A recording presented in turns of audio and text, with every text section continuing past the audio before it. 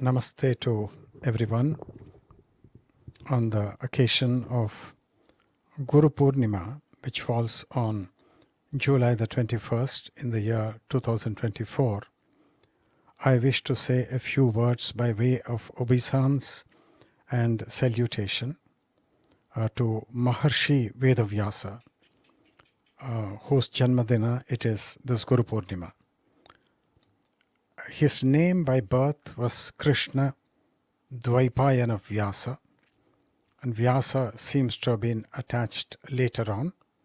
And Krishna, why Krishna? Because he was dark complexioned, and his father was Maharshi Parashara, a profoundly illumined, self-realized sage who lived about 5,000 years before the present moment. And his mother was Satyavati. And the father had an illumination that some momentous milestones in history are going to be crossed, and therefore he needs to create a son who will play a very pivotal role in the history of those times. And that is how Krishna Dvaipayana Vyasa came into existence. And today he is known to be a self-realized sage, court historian, and philosopher. And I forgot to mention one other thing. Dvaipayana means he was born on an island. Dvipa means island. So the name became Krishna Dvaipayana. So coming back to Maharshi Vyasa, Veda Vyasa, so he was recognized to be an avatar of Vishnu. And for those who paid considerable attention to Mahabharata and even to the Bhagavad Gita, they will know that the role of Maharshi Vyasa was very central in the Mahabharata. And more than that, he was the author of Mahabharata, which is the complete recording of the history of the times, the Kurukshetra war. And then his erudition and scholarship was so profound, then obviously that prajna was operational in him, probably right from birth. And therefore, even the 18 Puranas are attributed to him. It is his authorship. And then not only that, there is another corpus, a sacred corpus in Sanatana Dharma. It's called Brahma Sutras, and the author of that is held to be a sage by name Badarayana. And people know that Badarayana, though differing from Krishna Dvaipayana Vyasa, refers to the self-same person, namely Maharshi Vyasa. And these Brahma Sutras are culled from the corpus of the Upanishadic literature and the essence of it all. So for those people who wish to make a logical inquiry into the nature of ultimate reality, they might find the Brahma Sutras a very good door and a path to walk on. And of course one has to do all the work oneself, but that's what it is. Now Vyasa, that word, seems to mean one who has organized, one who has arranged, one who has compiled, one who has classified, one who has given a structure. And structure to what? A structure to all the bits and pieces of Vedic literature which were available in a heap.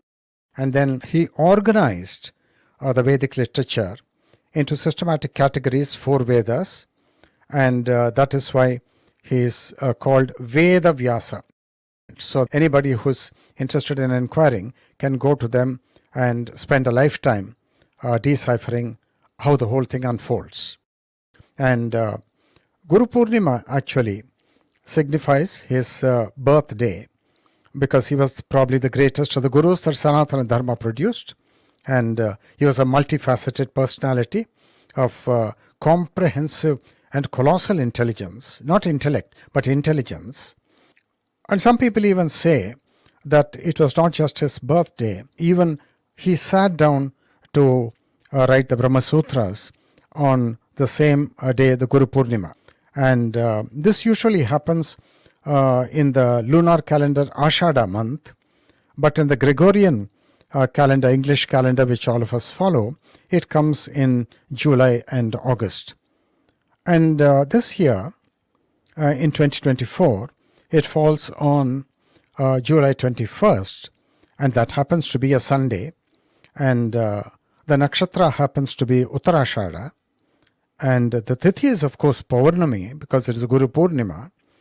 And if you look at the Panchanga or look at a Jyotish software, we can pick up that the tithi, the Paurnami tithi, starts at 6 p.m. on July 20th and has a run till 3:47 p.m. on July the 21st. So, having said all of this, we can shift our eyesight, right side and left side, and looking more broadly. And then we find that even in Buddhism, Guru Purnima is significant, because the Buddhists hold that it was on Guru Purnima day that the Buddha delivered his first sermon after his illumination.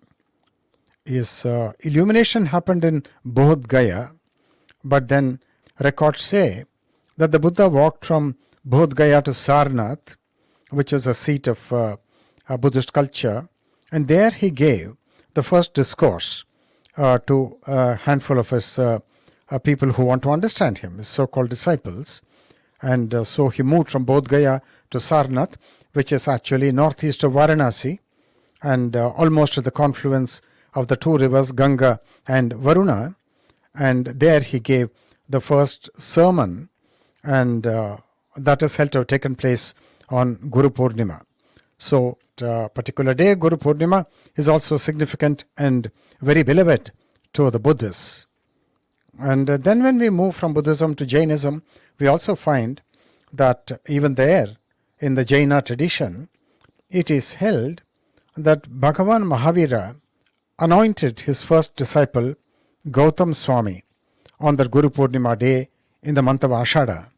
And therefore, even for the Jains, that Guru Purnima is a significant point on the timeline when they gather themselves and move within into a meditative state and discover the teaching through meditation.